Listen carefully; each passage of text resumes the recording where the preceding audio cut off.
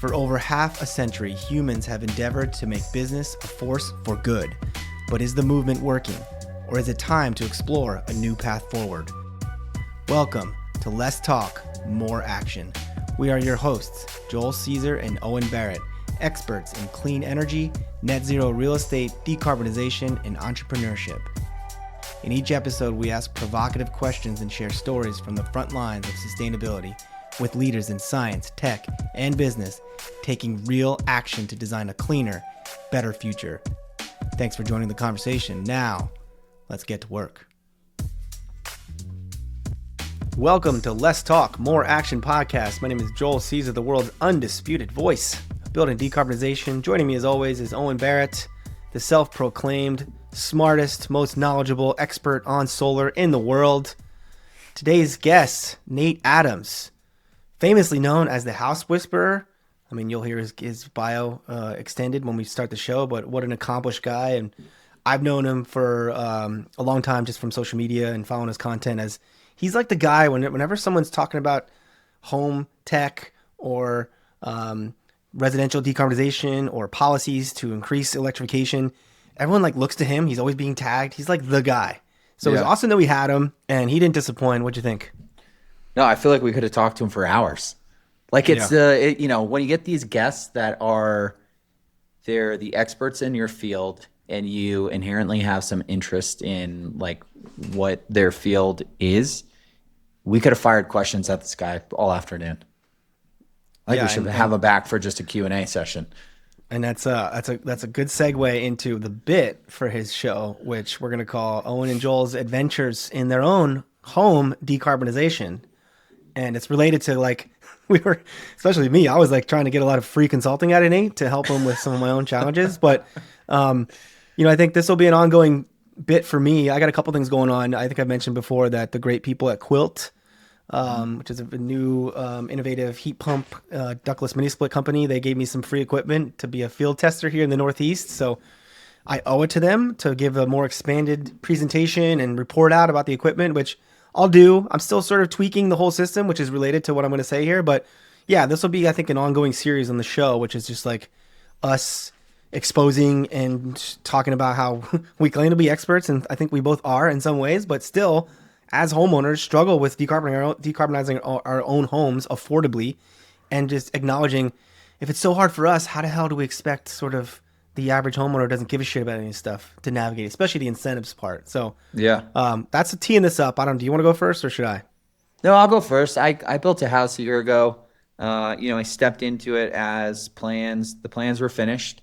And so being a good, person of practicing what I preach, I tried to switch it to all electric. Total shit show. I mean, it was impossible. Between costs, between lack of knowledge with myself, with the contractors, it like quickly became apparent that it just wasn't worth it. Wasn't worth the time, wasn't worth the money to do it. So we built it with gas and electric. But then, I had a power outage, not a long one. It's maybe like a couple hours a few weeks ago. And I could still take a shower and I could still cook. And it dawned on me that like everybody touts electrification and storage, but not everybody tells the full story with storage. Like storage does not mean that your house runs without power as it does with. It's usually like critical loads. I don't think an on-demand electric water heater would run off of like a standard storage system. I don't know that an electric range would either. But it just kind of put everything into perspective that like, it's not an all or nothing movement. And I think sometimes we get painted into that corner. Like you either are 100% sustainability or you're nothing. You either believe in climate change or you don't. And, if I ever build another house again, I don't think it's going to be all electric because I don't think we're there yet. Yeah. And it's not as resilient, and it's another like call out to the industry is people aren't acknowledging the downsides enough, and then when people experience them, the credibility goes. Yeah, like you'll say, like you just said, next time I'm not going to go full all electrification. Whereas the person who doesn't live in this world, who wasn't even trying to like do it for moral, climate, whatever reasons, if they experience something with their heat pump or the electric system going down, they're gonna be like, "F this! I'm never using the electric-based system again. I'm gonna be full fossil fuels because like I don't trust it." So it's a great Yeah. point. Yeah. Well, I'll just say, and I think it's something that's well documented by a lot of folks in our space and people that have been on the show, especially some of the heat pump guys, talking about. And you've mentioned this before, just the average home service contractor and their knowledge and their ability to answer questions, and it doesn't always feel like they're giving the full picture like they could. So my house, and it was amazing how Nate, remember how he saw my house, he saw the background, he knew exactly like the size and it was incredible. architecture of my house. But yeah, I'm in this old 1950s space. I bought it. They called it a farmhouse ranch. He had a different name for it, but I'm like in a modified attic right now. But a lot of houses here on Long Island where I live are heated with oil. These big trucks come around, and you have a port outside your house, and the oil comes, and that's how it fuels your furnace. And then my house is heated by these either baseboards or radiators that are getting hot water from the furnace that is heated by oil, and it's super expensive. I mean, talk about pencil, like electrification pencils. Even though New York City or New York electricity rates are high, it's like a no-brainer to go switch from oil to heat pump here. So I've tried it, and I've done it with Quilt. But of course, what I first recognized, what happens is, even though the Quilt system's super efficient, great at what it does, my house has terrible insulation, old windows, leaky windows, and the heat pumps are struggling to keep my house warm, especially when it's been super cold here this winter. And so I called an insulation guy come out.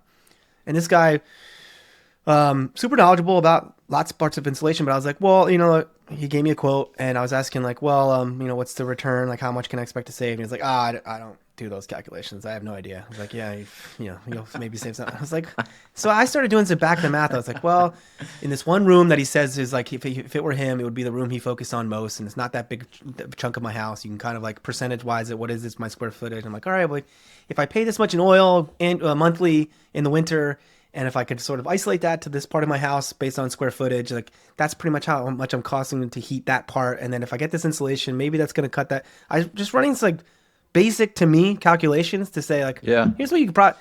And I went back to him a little bit. And I was like trying to help him. I was like, dude, did you get this question a lot? Like, he's like, yeah, but we don't, it's not really they either want insulation or not. I don't really like answer. And he was like a younger guy and really smart, like started his own business. Apparently he's doing really well. So it led me, and you heard this part of the conversation with Nate, because I was talking to him on LinkedIn before he came on the show. I was like asking about starting an insulation company. I was like, maybe I need to start an insulation company. I'm like, dude, it doesn't just need to be insulation. You could pick any trade, and as long as you, like we talked about on the pod, as long as you're responding to emails and phone calls, and you're showing up, you're going to be better than 95% of every contractor. Yeah, he had a great story. He said something like, I'm going to start the worst energy company ever. All we're going to do is return your calls. Yeah. But on the Quilt piece, and this is not a jab at Quilt. I'm just curious, is part of their sales process is probably not, but is recommending that you have like a blower door test?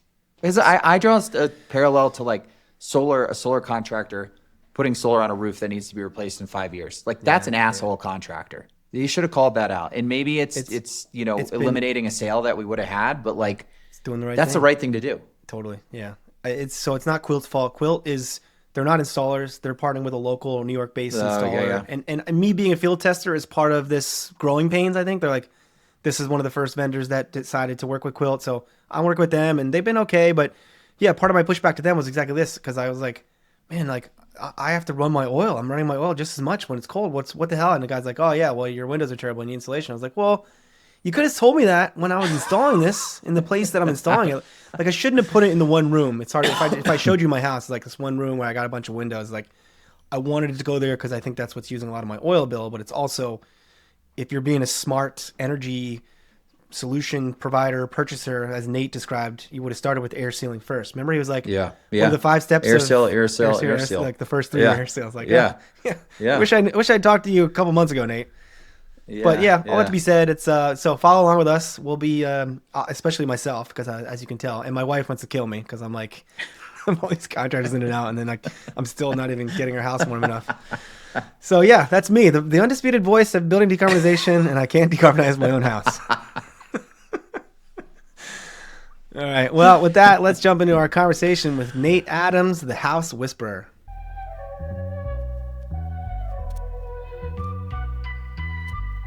Joining us today is Nate Adams, founder of Nate the House Whisperer and one of the leading voices in home performance and building science. Nate is the author of the Home Comfort book and creator of the widely respected air sealing course.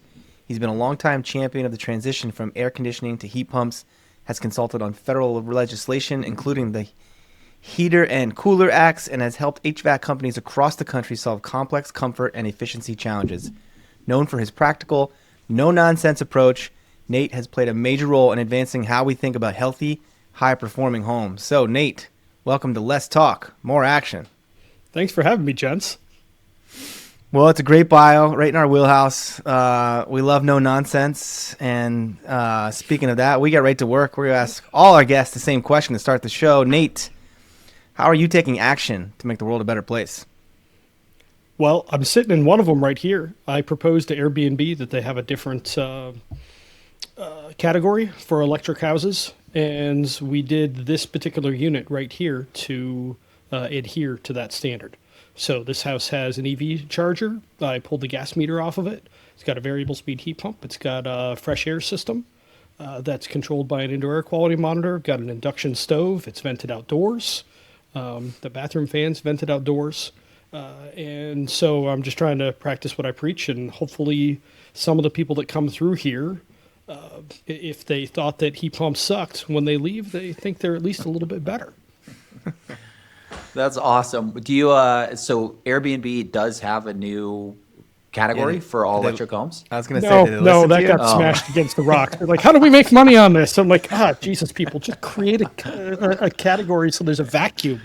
I don't think this is that hard. And I actually did talk to their sustainability director. So maybe it'll come around yet. But that was very frustrating. Well, I can imagine how frustrating that is. Trying to convince a company like that to do something novel is probably no easy feat. But I mean, what you do is top of mind for me because of what we'll probably get into later on the show. But I mean, how did you get into this space? It's classic. I needed a job. So, my girlfriend, now wife, almost of 20 years, found a listing for an insulation distributor, and so I did the inside sales for getting fiberglass insulation to a bunch of insulation contractors all over the Midwest, and that turned into outside sales rather, and then the housing crisis happened and I lost my job and I became an insulation contractor myself doing retrofits. And I've always been a product knowledge guy. That's just kind of my thing. I worked at a Toyota store for a while and people would be like, Nate, can you take my test for me? But Did you do it? Did you take their tests? Can you take the dog? Sure, why not? I was broke. I was like, 25? Love whatever. You do what you got to do. Yeah. But I haven't admitted that in years. But So you started your own insulation contractor? yes. And I learned how to do retrofit insulation from a couple of crazy Polish boys in Wilkes-Barre, PA. I know it well. I'm from Allentown. Here we go. It's a great Time to area. talk about how awesome Pennsylvania is. It's Yeah, the Margalski brothers, man. They're hilarious. I love those two. I got Polish roots from up the coal regions too. Yeah, I know it well. Yeah. I've always actually wondered this. How do you retrofit insulation? I've seen videos where they're drilling holes in and spraying in foam. Is that how you do it? Well, you're talking to one of the world's foremost experts on it. The here, guru. so I know. yeah. Let's get to the bottom of this. I was gonna say he was in the middle of his story and you're just jumping right to. Oh, I got so many questions, Joel. I'll come right back. So anyway, did insulation contracting, ended up I got frustrated that sometimes I wasn't solving problems. And I just kept diving deeper and deeper into building science, which is extremely difficult to learn, by the way, because so much of the stuff out there is 301, 401, 501 level. And it's I don't know what the basic definition of, R value is or something like that, or what's a blower door. So I actually wrote a book called the Home Comfort book that helps suss that out, explain that so that then you can read the more advanced stuff. But I became a house whisperer after doing insulation contracting, and I was just a pure consultant helping my clients actually figure out how to solve these problems truly at their root. And there's two sides. Think of it like diet and exercise for houses. So you've got insulation and air sealing on one side, and then you have HVAC on the other. Because like if you have a leaky house, like Joel, we were touching on, we'll probably come back to, like you have a leaky house. Yep. Your kind of house is usually one of the leakiest. Great. There's no way to really make them comfortable. Like it's a brute force thing to make it comfortable. Even then, it's not great. It's like solving a leaky boat with a bigger bilge pump. Like it's the wrong way to solve the problem. But then you want the right HVAC that is putting out the right amount of heating and cooling all the time for what the house needs, and that varies moment by moment, 24/7, 365. That's actually a lot of why I like heat pumps. In fact, that's where it really began, was I just wanted more comfortable homes. And they are hands down by far the best way to do it because they can dial down further than a furnace can. So then I spent a couple of years trying to come up with a software program to teach HVAC contractors how to do the house whispering without screwing up their businesses.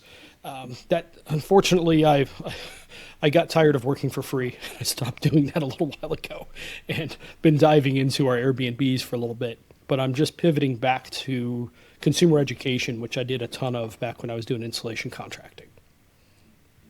So from insulation contracting, I'm sure there's lots of stories and narratives in between here, but then you went into consulting at some point. Did you bail on, like, you just didn't want to be the installer anymore? It was like easier, better, or just in your mind more impact to kind of consult across the entire discussion around how to make the house better? Yeah, I needed more tools, but also like I was working so freaking hard. Like there's a lot of discussion right now of like training kids in the trades. Fully behind that. Yeah. But Comes up a lot on this show. Yeah. yeah, but I was working 80 to 90 hours a week, keeping a crew of 3 running 30. And one night, my wife and I, she was pregnant, and we're driving to Lamaze class. And she looks at me, she's like, "Nate, can I get one evening a week alone with you?" And I told her no. She's pregnant. I'm kind of an asshole. And I'm like, as soon as I said that, I'm like, this all needs to change. And like I was hating my life. And the better work I did, the more my margins did this. So the last year in business, I made 15 grand for the privilege of working 70 and 80 hour weeks. So that happens a lot in the contracting business. And I needed to have a bigger toolbox to work with. And the employee's situation can also be extremely challenging. So I burned up. I got a phone call. Geez, what was it? It was like January 2nd of 2013. My foreman calls me and says, "We're not working together anymore." Like me and the other 2 guys in the crew are not working together anymore. Like, what do you mean? We got a month's backlog right now. And I managed to work through it, but I'm just like, I don't want to do this anymore. So it's important to note how hard having a contracting company is. But you were running the company. You were not you were the management of the company. You were not out there in the field doing the work. I mean, not I that was at first. Yeah. So it was my wife and I at first, and like 6 months in, she looked at me and said, "Nate, you need an employee." And so we're clear that means not me. What do you think as a former contractor, a former, person working in the fields, what do you think about this push to get young people into the trades? Because Joel and I think it's a great idea. We've never done work in the field though to that extent, so we're sort of talking. We're not talking our book. Yeah. Well, so sometimes I think it gets romanticized a little bit, but in general, I am hugely for it. Because I mean, the ROI on college isn't really there anymore in most fields. Yeah. So, and we've got a significant labor shortage. Significant. I mean, like I'm one of the younger guys in the HVAC world at 47. That's not great. No. So yeah, we need, I mean, just bodies to an extent, but like it can be really fulfilling if you've got reasonable boundaries on the work. Well, when Nate and I were chatting on LinkedIn, so we'll get into my challenges with my house here in a second. But like, one of my stories is recently I've installed some heat pumps, trying to replace my oil-based heating system. As Nate mentioned, he was able, just to look by my background, the shape behind me, he was able to identify what year this house was built, what kind of house it is, and That's wild. That it's probably difficult to insulate. All things that I've learned recently, very harsh lessons around. But so I installed some heat pumps in my. I was like, oh great, now I'm gonna be able to stop using oil in this one part of my house. But like, when it's gotten cold here in the winter, these heat pumps, even though they're super efficient, really high quality heat pumps, it's just not working well. It's not keeping the place warm enough. It's drafty, and so then I called an insulation contractor to come. And I've had two come recently, and like both of them have just been kind of a nightmare to deal with. Like, can't explain to me what I really need, and their pricing both of them were so different from each other. I'm like, what? How does this make any sense? So I was telling Nate, I'm like, I think I'm interested in maybe starting an insulation company. We were like chatting on LinkedIn about it. And he was like, I think his first instinct was like, I don't know, it's pretty hard. Now that you tell the story, it's kind of makes more sense. Yeah, but I agree it's hard. And so, Nate, I don't know if you know anything about me, but I have a solar contracting company. We work on multifamily. And while it's hard, and I'm not in the field, so I can't speak to that, I'm more on like the finance and the sales. I'm constantly shocked at how all you really have to do is what you say, and you're better than 95% of the contractors out there. I mean, it's insane. Is it the same in residential? I mean, he's in multifamily, Nate. Is it the same in your experience? It is the same everywhere. Yeah, one of my longtime friends was building a house in Charlottesville, Virginia, and he was ticked. And he's like, that's it. I'm starting a company, and our motto is we do crappy work, but we show up and we say we will. I'm going to be rich. So, yeah, you're not wrong there. But like a big curse of being on the smaller side of the contracting world is if you're good, you end up getting overbooked. So you're constantly running, trying to keep up with demand. And then like I had to change my voicemail to say that it's busy season all the time, because if I didn't call somebody back immediately, I got a bad review. And this was Angie's list where I couldn't counter the review. So it just dragged me down. And I'm just like, you people suck. So it burned me out on homeowners to a large degree. Dealing with the public can be challenging, as I'm sure you guys both know. But yeah, just being frank, it's difficult. But like Joel, the insulation contracting company, it's just really hard because there just aren't enough dollars changing hands. Like even if the percentages are good, if your average sales $5,000 versus an HVAC company where your average sales like 15, there just isn't as much money to work with. And then insulation is a one-time thing. No one really understands the quality of it, although nobody understands on the HVAC side either. That's my next book. It's called Common Sense HVAC. It's explaining like how install is critical, but then also equipment choice is really important. Because no one knows. Like contractors talk about efficiency and SEER and like all of these other things that actually don't really matter at the end of the day.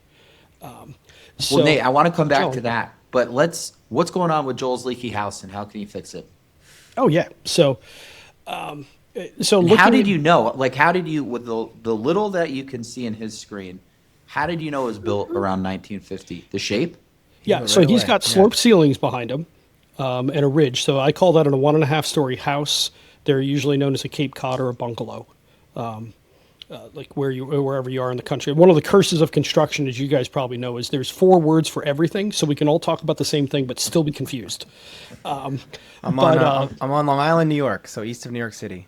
Yeah. So you've got pretty similar build stuff. I'm from Cleveland. I live in West Virginia now, but I'm from Cleveland, so very similar housing stock. But when you see that slope, so your drywall behind you on the slope is screwed into your roof joists, like with 99% certainty from being that era. So you only have 5.5 inches to do insulation and hopefully maybe some kind of ventilation to let the moisture in the attic out. And then below that, you've got short walls, pretty much for sure, called knee walls. What are they called? Knee walls. Knee walls. It's one name, but it kind of makes sense because you have to kneel to be next to them because they're usually somewhere between 3 and 5 feet tall. Not if you're Joel. He's kind of short. Yeah, me too. I get a hard time. I swear, all my HVAC buddies are like 6'3", and I'm like 5'7". Good to be small when you're crawling around attics, I guess. Though. It can be, yeah, and I fit in airplane seats, and I can drive older Ferraris and things like that. There's some good parts to being short, but So you were able to, just by the shape behind me, you know exactly the kind of home, and then you also right away, like, you know, I know those homes are very hard to insulate and air seal. Yep. Why is that? Well, so the floor that you are sitting on is also the ceiling joist of the first floor. And in between there is usually wide open. So typically half of the air leakage at least is upstairs on those. And until you deal with that, it's called the stack effect. Think of a smokestack. Like, the taller the smokestack and the more heat you put on it, the faster it flows. Houses work exactly the same way. So you don't have a super tall house, but it's taller than a one-story.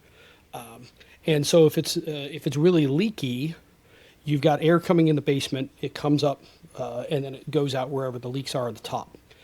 If you can largely solve the leaks at either the top or the bottom of the house, it oftentimes will fix the house. Sometimes you have to do both. Often you have to do both, but sometimes one is enough. But like, you have to seal below every single one of the cavities that's underneath you. And then there's 2 or 3 different methods for insulating the rest of it. And that's the sort of thing, like, I came out with the air sealing course for that, like, not to plug it blatantly, but it needed to exist. So I've created a lot of things that I just thought needed to exist. So if I want to see that course, you have a website. I buy that course. It's a recording. Yep. Yeah, it's 12 and a half hours. I set out for it to be like 3 or 4, and I just kept recording. And is the idea that you're helping homeowners educate themselves so they can tell contractors what they should be doing? Or is it for DIY. the contractors? Yeah, if you can find the contractors. So, like, I don't like referring contractors because I've had complaints just shy of 100% of the time. Well, they didn't do what I was hoping they would do. So if you can educate homeowners, and then contractors to a degree can be educated as well. But I mean, if you look at retrofit insulation contractors, I sold to insulation contractors. I haven't ever seen a large retrofit insulation contractor. It's like 1, maybe 2 crews. That's as big as they can get because they just don't have the sales dollars and the margin to build a big company. So the larger ones are the ones doing new construction. Okay, yeah. Yeah, the new constructions can do all right when we're building fast because they pay piece rate. All right, Joel, I'm gonna ask a selfish question in the new construction realm. I've been going down the insulation. My established my house is old and shitty and going to be hard to retrofit. It can be fixed. It's got good bones. It has character. I don't like the new houses. I think they suck. That's why we bought it. My wife and I keep doing this to ourselves. When we lived in LA, we bought this 1911 California Craftsman, which has good bones, is cool, is unique. But man, I don't know why we keep these old houses. I think our next one, we're going to stop doing this to ourselves. Or fix that one.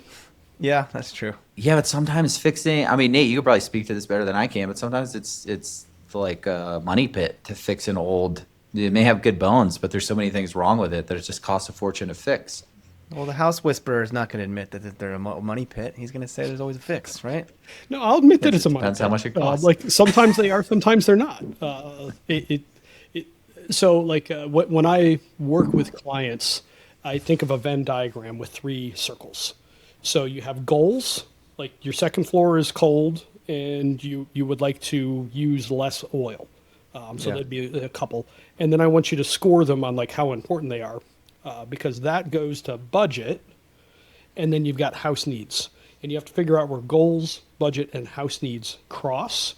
Sometimes they just don't. It's like, well, you can do window units and space heaters. I've actually suggested that to a few clients. And they're like, what? I'm like, you got $1,000, dude. Like, there's nothing you can do. Even DIY, you can't touch it. What do you mean by house needs? What does that category mean? That is like how leaky is the house. And that house is probably very leaky. Like, I would expect its blower door ratio to square footage to be about a 3-to-1. That's usually about where those are. And until you get it to about 1-to-1, they don't get controllable. So I know I'm going a little bit, trying not to be too jargony, but I think of that ratio in there, and you need to get it decent. Basically, you're stopping the stack effect. Or another way to look at it is, you may not do it anymore, but I'm sure you did it as a kid, where you'd stick a straw into a drink and put your thumb over the top, and then pull it out with a drink in it, and then drop it into your mouth. Oh, I love that as a kid. Yeah. You need to do that to your house. But right now, your house not only is open on the top and bottom, but has a bunch of holes in the middle of it. Well, So the more you can fix that, the more it'll work. we'll go, Owen. We'll go to you in a second. I'm gonna ask one last question. Like, Yeah. Nate, I also have a lot of old windows that are like falling apart, and I don't know if they're single pane or not, but there's definitely a problem here. Like, is it? What do you think is probably worse, the windows or the insulation? The insulation by like 10x. Is more important Yeah. So like than even these old shitty windows. the windows can affect comfort, but generally only move your energy use a couple of percent. And they cost about the same as doing a decent shell upgrade, which might move your bills 40% and Wow. make the house more comfortable. But windows are like, that's another one. There's a big industry around windows because they aren't that expensive. Like you can buy windows for $100, $200 a piece, and then you charge $1,000 or $1,500 a piece to install them, and there's big margins. So hence you gonna get say, all the billboards and stuff. That I did business a- model's been figured out. But people I did can a quote for see- windows of this whole house, and it was sticker shock to me. Like, oh, I can't do that. Yeah. It, like 20, 30 grand is not uncommon for a window job. But if you can find a contractor that's actually good at it on the insulation and air sealing side, 20 or 30 grand should make that house amazing, like pushing new house standards. Wow. That's interesting. So that's the challenge there. Like we have a consumer education thing, but also it's a visibility thing. Like on the sustainability side, solar is visible. If you drive a Prius or an EV, it's visible. If you have a high performance older home that you insulated and air sealed, you can't tell. Yeah, it's not improving my sell value next time. Yeah. So it doesn't affect your sales, and it also doesn't have the virtue signaling factor. Like just being blunt, Yeah. it doesn't. It's Owen- That's the only reason. That's the only reason I'm in solar. Owen's a big virtue signaler. Yeah, so watch I use that term. That's his favorite thing. I can't help. Like one thing I noticed in insulation contracting was my closing ratio was about double when there was a Prius in the driveway, because I was doing this 08 to 12, so there were no EVs yet. Yeah. So when I start my installation company out here, it's probably now it's the Tesla or some other EV, right? I just go look around for those in the driveways, and Yep. that's Yeah, going to that's be who you an target. efficient sales process. Yep. Exactly. But it's funny. But one of the other challenges, though, is moving to electrification. I actually don't like climate-focused clients, which surprises people. But I consistently find that a lot of climate-focused clients expect it to pay for themselves. Like solar can actually pay for itself. Like it's not a terrible investment. It's between okay and very good, depending on a bunch of factors. But like putting a heat pump in is expensive. Seldom pays for itself. Like you might be okay, Joel, because you've got an expensive heating fuel. Yeah. But like versus gas. Yeah. We hear that a lot on the show, the spark gap, right? A lot of places it doesn't work. Yeah. No, the math isn't there. And so if you come into this expecting to electrify and have it pay for itself, you've got low budget, you don't have any goals, and then the house needs almost don't matter. So about 75% of climate-focused clients are absolutely miserable to work with because they have high expectations but low budgets. And I said that a couple of years ago in an interview, and a whole lot of people got ticked at me. But I'm like, look, I'd rather pull up to a McMansion with the Trump sign and a BMW. Joel and I say this pretty much exclusively on the podcast. How oftentimes, we're both selling to multifamily, so commercial real estate. I have a much easier time selling not to the ESG department, like to the finance department. We're both selling to like large corporations, commercial real estate, office. He's mostly multifamily, but I'm selling to office, and big, big REITs, big commercial private equity. And yeah, like we joke all the time. We've been doing this a while. Like it's better when we can talk to someone who's an asset manager, someone's thinking about profit and loss, and not their ESG report. Does the math? Okay, Exactly. Let's do it. Yeah. Let's do it or let's not do it. Yeah, so in commercial, that it's all about the math. In residential, there's a lot of the emotional side of things. Your house is your castle. Your home is your castle. So there's more room there on the sales side.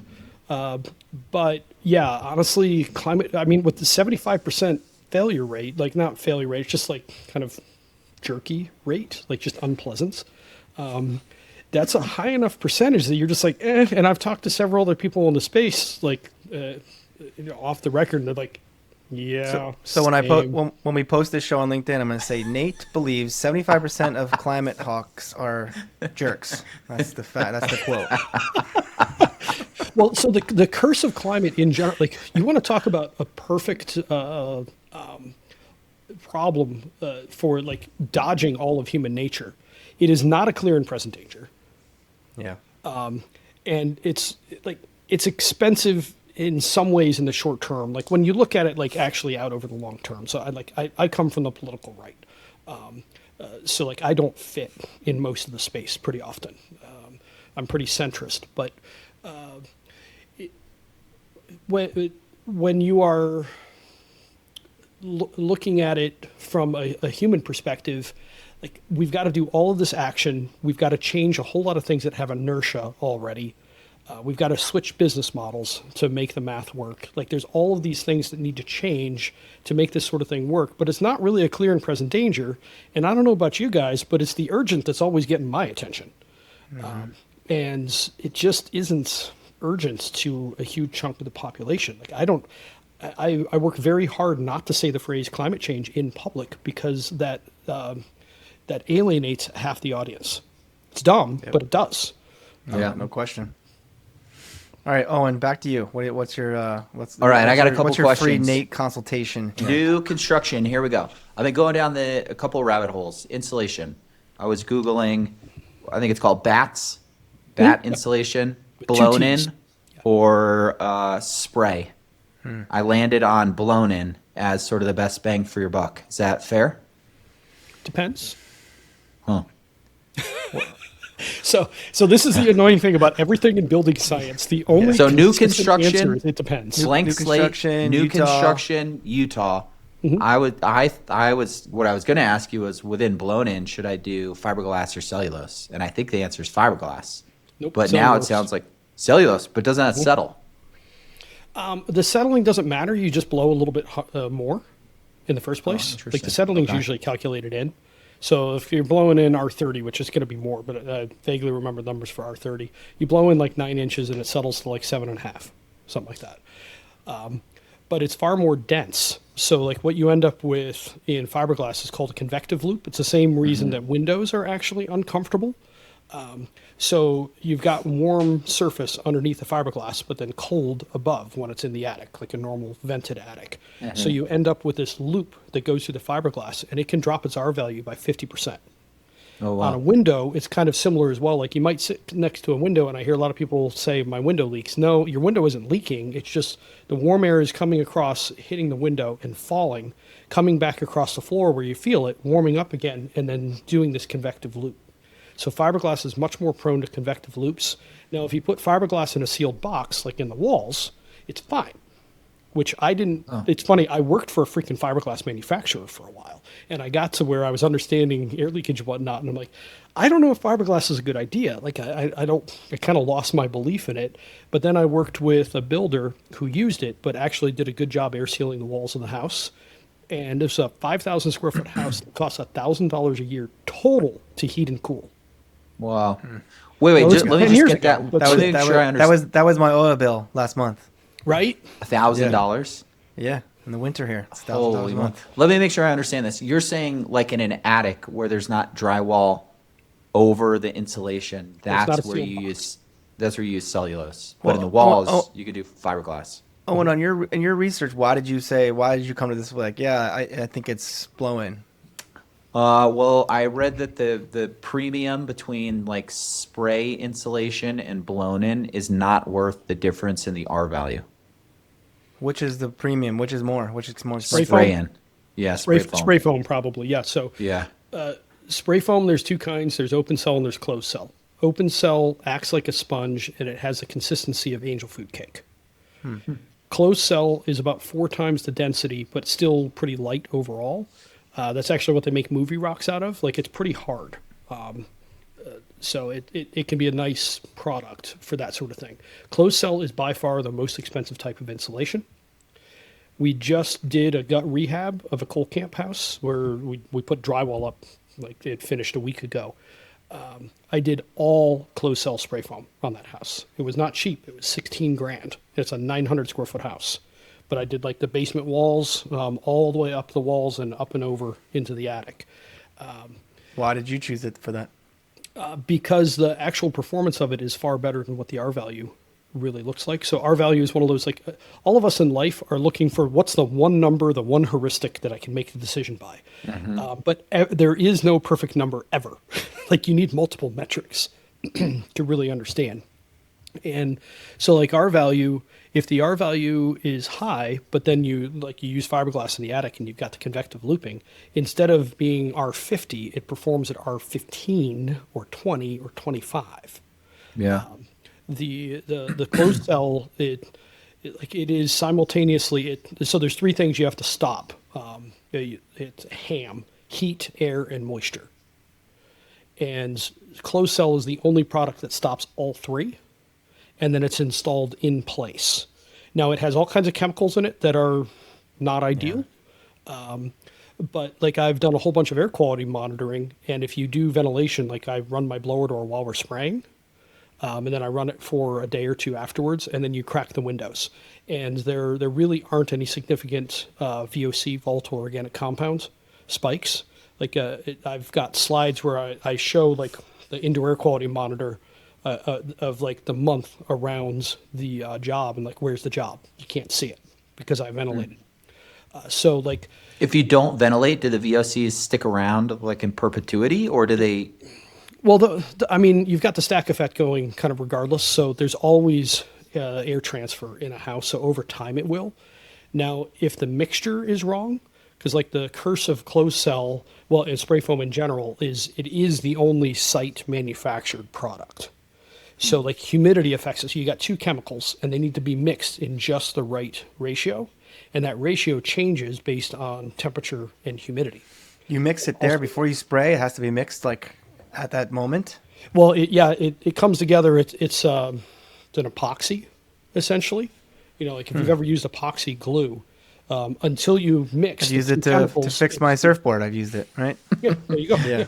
From dropping in on somebody? Yeah, yeah. Or So, just so yeah, that's shitty surfing in San Francisco. But yeah, it's so I love closed cell. That's my favorite. Open cell, I'm not a giant fan of because it's a sponge, and so if you're using it any place where humidity is a challenge, you can cause other issues. Close cell. I'll research that. But Can that I- wouldn't be like in Utah where Owen is. Humidity is probably not much of a challenge. Could be fine. right? Yeah, the R value per inch of open cell is basically the same as fiberglass. So in a lot of ways, I just run fiberglass on the walls, use, like, zip sheathing, like the green stuff. Yeah. And so the zip sheathing does a good job because you tape all the joints. And then that gives you a really good air seal at the walls. And then the top plates, there's a couple of different ways to do it, like the tops of the walls where it's in the attic. Those need to get dealt with, both where the sheathing touches it and then where the drywall touches it. And, like, all this stuff, this is all air sealing course that I'm talking about here. And, like, Sounds I like I broke should it take down, it. and I'm like, so here's the different Yeah. house types. Here's Yeah, what yeah. the challenges are in the different house types. Here's all the things you can do in walls. Here's all the things you can do in attics. Here's all the things you do in basements. Here's all the things you do in crawl spaces. Because it's such a big topic. And like I said, I was like, 3 or 4 hours, I should be able to Yeah. do the course. And I finished recording. I'm like, it's 12 and a half freaking hours. Joel, let me ask one more question, and then we can move on to Yeah, whatever. I But was just gonna say about we're Windows. we're already at 33 minutes. But yeah, I know. I'm go just ahead. curious about Windows because my assumption with Windows is that there was a big difference between single pane or double pane, or like double pane with the gas on the inside, because there's a big price difference between materials. But it sounds like it's not as important as the insulation. Like, windows are secondary. if I'm And picking air up on sealing what in you're- particular. So, like, Yeah. I'd say the 5 priorities of home performance are air sealing, insulation, and then the right HVAC. Because I interesting. need people to understand. Windows aren't even on the list. Exactly. You have to seal the house. And the easiest way to think of the two is, imagine I'm a jerk and I put you out on a pier. Pick your Great Lake. I lived in Cleveland, so I think of Lake Erie, and there's a pier that I'd go out on sometimes. The wind's 50 miles an hour, it's 20 degrees out, and I put you out there in jeans and a t-shirt because I'm a jerk. And I give you the option between, like, a really loose knit sweater with, like, 1-inch holes in it that probably both your wives have, mine does, or a windbreaker. You can only have one. Which one do you want? Windbreaker. Exactly. That's air sealing. Ideally, you have both, because that sweater won't work with the wind going through it. But as soon as you put the windbreaker over it, you have a coat. Oh, interesting. I And like it. so you have to have both to have it work. So yeah, it's interesting. You guys are all shell focused here. Like I normally talk HVAC anymore, but I'm very comfortable on the shell side too. But so my book, the Home Comfort book, explains the building science, like because it's important to understand the basic physics behind it. Because once you understand the physics, then that's kind of the why, and then you're open to the what. And so Nate, the air Nate, sealing course took me a while to put out. I meant to put it out with the book, which I wrote in 18. I only put the air sealing course out, I think, in 23 or 24. That explains all of the what. So again, not meaning to be self-promoting, but Well, that's okay. the knowledge is out there, and it's super rare, but it's not that hard. Like all of this is very DIYable, with the exception of spray foam. Well, spray foam and then like dense packing, like drilling holes in the wall and putting the insulation in. You can't run a machine with enough power.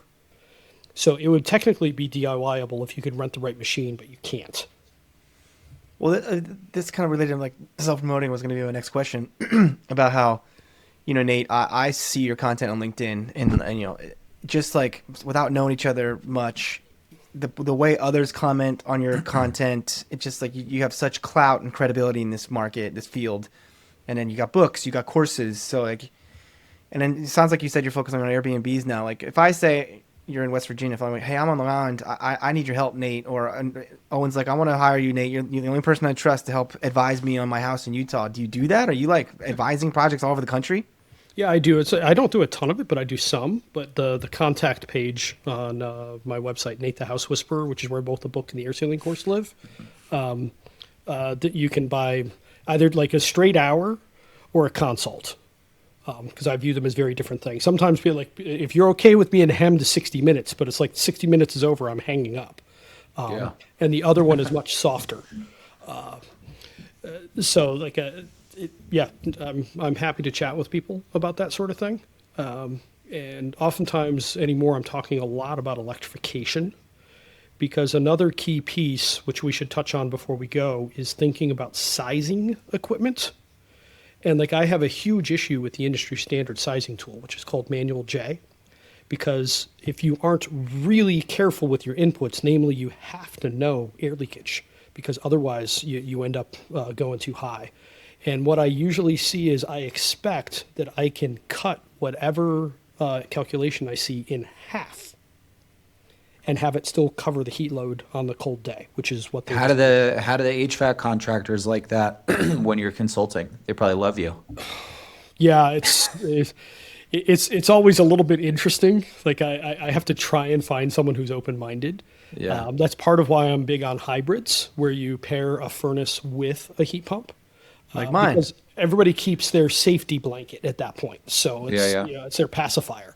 Well, that was another conversation Nate and I were having. It was kind of publicly on the comments of someone else's post, I believe, because I was weighing in about exactly this challenge of mine being hybrid, and then my thermostats are kind of communicating or like messing with each other. My heat pump thermostat, I have Quilt, and shout out to Quilt, they've been awesome, but they got their own smart sensor, and I got my app for Quilt, but then like my heat pump's blowing hot air on my furnace's thermostat and messing with that, and it's like.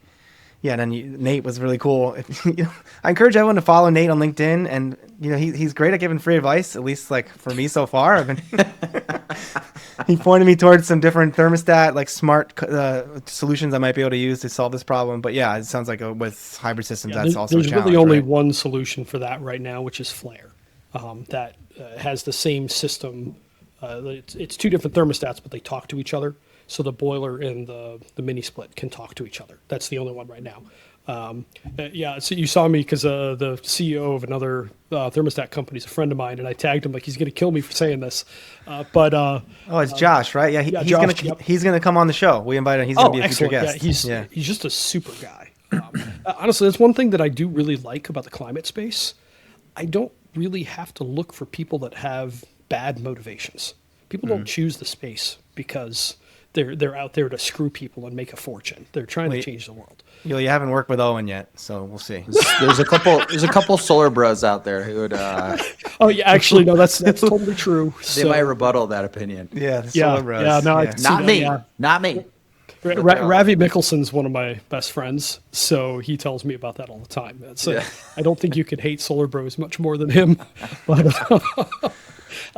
anyway, on the sizing, like until we have accurate sizing calculations, the problem is when it comes out double, double leads you to choose a furnace. Because like furnaces are 60,000 BTUs and up. Heat pumps end at 60,000. But the most common ones are 24 and 36,000. So if you get a load that says 70, but like I actually can run the numbers in other ways and see that it's actually 35. If you show that 70 to a contractor, what are the odds of him putting a 3-ton or 36,000 BTU heat pump in? It's slim to none and slim left town on Tuesday. Like it's just not gonna happen. And that's part of why I pull for hybrids. Because like, all right, fine, keep your freaking furnace. It's only gonna run for 30 hours a year. I don't care. Or even a couple hundred hours a year, whatever, it doesn't matter. But until we solve for that, full electrification is not possible, period, in cold climates. Not going to happen. There was one company that was working on solving this because past energy use is actually a really good way to do it. You can be remarkably accurate with just monthly past energy use, which, when you're in solar, you know how to read an electric bill. I know how to read a gas bill. And we need other methods because full electrification won't happen. And like one thing that sucks on the home decarb side is I expect to die before we are halfway done. I think I'll die 2060-ish. I'll be 82. Right now, I don't think we're even going to be halfway there because everybody's dicking around in the space. Oh, I don't think we're going to be 5% early there. adopters. What's that? I don't think we're going to be 5% there. Well, we actually are thanks to the Southeast. The Southeast. In terms is like of, I guess, 40%. maybe I should ask first, like, what does that percentage encompass? How many buildings are decarbonized? Non-fossil fuel-based homes, I guess. Yeah. Honestly, it can be usage too. Because like one other thing to note on hybrids. So running a furnace with a heat pump. Now, there's the whole thing of maintaining the gas grid. Yes, I acknowledge that. I don't love that part, but I'm also a pragmatist. We can have zero progress or we can have 60% progress when it comes to that. So like a friend of mine just posted, I think Joel, it might have been on the thread that we were on, that he lives in Minneapolis. He has a really basic heat pump on his house and he's got a decent sized newer house. So like 3,000 square feet ish, something like that, built in the 90s or the 2000s, something like that. And he saw that a basic single stage heat pump reduces gas usage 62%. Where if we have air conditioners, which cannot heat with electricity, 0% is the maximum that they can reduce fossil fuel usage. So would you like 0 or 60? Because that's kind of the option. And I know we're probably over time here, but on that point, if one of your, what did you call the circles of your Venn diagram is like lower utility bills, Yeah. if you're shifting 60% away from gas and towards electricity, does that make your overall utility costs go up? It's a wash. What I like saying comparable because it's almost always with a hybrid within about $100 a year when you're comparing against gas. There's some exceptions, like Michigan has cheap gas and expensive electric, so the math in Michigan sucks. Yeah, it sucks in California. It can in Massachusetts, right? Depending. Like Massachusetts wanting to fully decarbonize, I kind of chuckle because I'm like, you guys have a cold climate and old houses. That is like the worst mix, and expensive electricity. Yeah. So like that's like you guys are the worst ones to set that goal. Just knowing the basic math. The math doesn't math very well there. It'll happen to a degree, but But anyway. The key thing we need to look at in this is an air conditioner, or I call them one-way air conditioners, where I call heat pumps two-way air conditioners. So a heat pump can cool and heat. If we can get to where we're running 100% two-way air conditioners, we at least get halfway or more there with the first rounds of equipment that's going in. And then equipment lasts between 10 and 20 years. So at the next replacement, if somebody's had a heat pump, and consistently on the hybrids, what I see with clients is they're like, I like the heat pump heat better, it's gentler. It doesn't kick on and off all the time. The house just feels more comfortable. One of my best friends is like, my basement was never ever warm until I put the heat pump in, and now it's warm. And he's like, and the furnace would kick on at 3 a.m. and wake me up. So he much prefers the heat pump. But like, he was Mr. Gasify everything for a while. Like, we joked, we butted heads, but we're friends and we kind of figured it out. But we need to move to hybrids and no more one-way ACs if we are going to actually put an end date on home decarb. So that's my biggest point in all this is, as long as we continue to make 5 million one-way air conditioners a year, which is about what it's been, every 6 seconds we lose a home decarb opportunity for between 10 and 20 years. Well, we're gonna have to wrap up on that, Nate. I've heard you mention that point. I know you have a couple cool images about it too on your LinkedIn. Again, encourage the audience to follow Nate. But Nate, this has been fascinating. I knew we were gonna do this, so appreciate the free consultation today for both of us. You're welcome. We always end the show with the same question to our guests. So Nate, in the climate space specifically, sustainability, Owen and I often talk about how there's too much negativity, too much pessimism. We like to end the show with a little optimism. So what gives you hope for the future? We had a 1-year-old. We had a kid a year ago. So I'm 47, and so I was not expecting that. My grandparents. Well, it was on purpose, but my grandparents were 48 when I was born, and I was only a year younger having my second kid. There's a lot of beautiful things in the world. There's cool stuff to do outside. You can feel how you feel about Elon Musk, but I really like the idea of going to space. It gives us something to look forward to. We're fans of Elon on the show. Okay. Fanboys. Yeah. All right. That's he's chosen some interesting paths here recently, which has been challenging. But just having things to look forward to, I think, are key. And that is one of the biggest issues, I think, with climate is like every time there's a new IPCC report that comes out, I'm depressed for 2 weeks. Yeah, we talk I'm about like, that I just too. need to just not pay attention to all of it. Yeah. But also, we can do this with some urgency and look for business models. So like Jigger Shaw is a friend of mine. He's been on the show. Yeah, it's a Friend of the pod. He and I argue every time we talk, but we love each other. But I think argument is his love language. But he talks a lot about how business model is key. So I'm excited about that. Actually, on the solar front, solar is now the cheapest form of energy that mankind has ever known, and it's still getting cheaper. It's going to win. It's merely a matter of how fast. So that's probably the biggest piece of hope for me is solar is cheap, wind is cheap. Those both lead to less war because most of the military is there basically to protect our oil.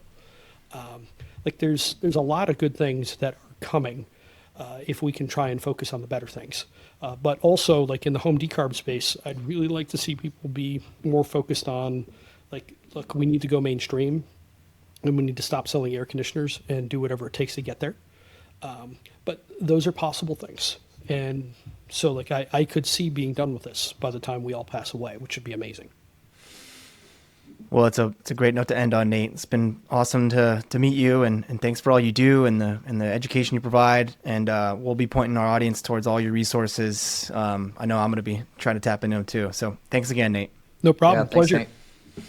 Well, thank you, Owen. Thank you to our audience for joining. You can find Owen and I on LinkedIn, usually actively antagonizing the more talk, more complaining sustainability nerds. You can find this podcast and more great content at letstalkmoreaction.com. If you like the podcast, please subscribe, like, and share with your friends. And until next time, we encourage you to ask yourself, what are you doing to take action to make the world a better place?